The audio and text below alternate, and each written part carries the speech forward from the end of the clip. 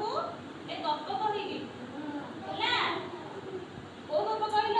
କଇଁଛ ଆଉ ଠେକୁଆ। ଶୁଣିଛ ଆଗରୁ କେବେ? ଶୁଣିଛ? ତାହେଲେ ଗପ ଶୁଣି ଷ୍ଟାର୍ଟ କରିବା।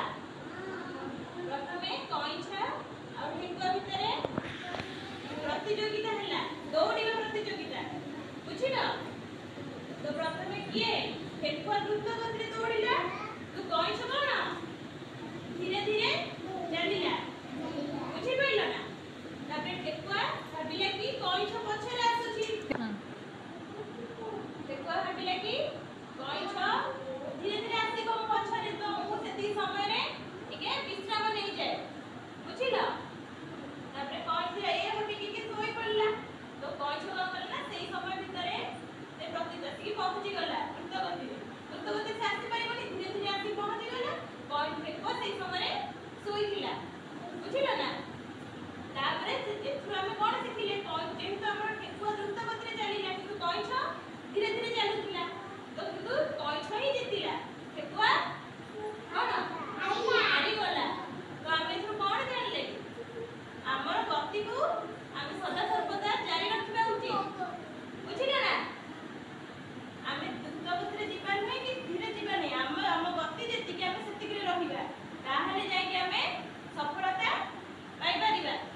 ପାଇପାରିବା ନା? କଇଁଛ ଦେଖ ଧୀରେ ଧୀରେ ଚାଲିକି ବି ସଫଳତା ପାଇଲା, କିନ୍ତୁ ଠେକୁଆ ପାଇପାରିଲା ନାହିଁ। ଭାବିଲା କି ସିଏ ମୋଠୁ ଜିତି ପାରିବନି, ଏହା ଭାବିକି ସିଏ କଣ ଶୋଇ ପଡ଼ିଥିଲା। ସେଇ ସମୟ ଭିତରେ କଇଁଛ ପହଞ୍ଚିଗଲା ତା ଠିକଣା ସ୍ଥାନରେ, କିନ୍ତୁ ଠେକୁଆ ଶୋଇ ପଡ଼ିଥିଲା। ବୁଝିଲ ନା? ଏଥିରୁ ଆମେ ଜାଣିଲେ କି ଆମ ଜୀବନର ଗତିକୁ ଆମେ ସଦା ସର୍ବଦା ଠିକ ସ୍ଥାନରେ ରଖିବା ଉଚିତ। ବୁଝିଲ?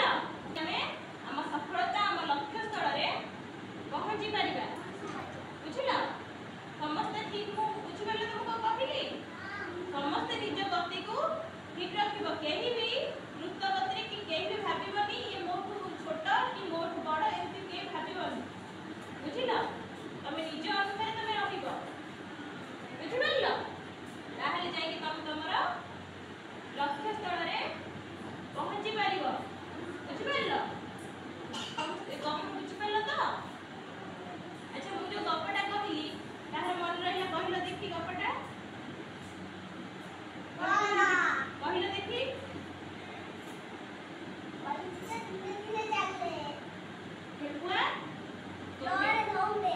ଠେକୁଆ କଇଁଛ ଭିତରେ ଥରେ ପ୍ରତିଯୋଗିତା ହେଲା। ତ ତମେ ଏଥିରୁ କଣ ଶିଖିଲ? ତମେ ତମର ଗତିକୁ ସଦା ସର୍ବଦା ଠିକ ଭାବରେ ରଖିବ ହେଲା, ତାହେଲେ ଯାଇକି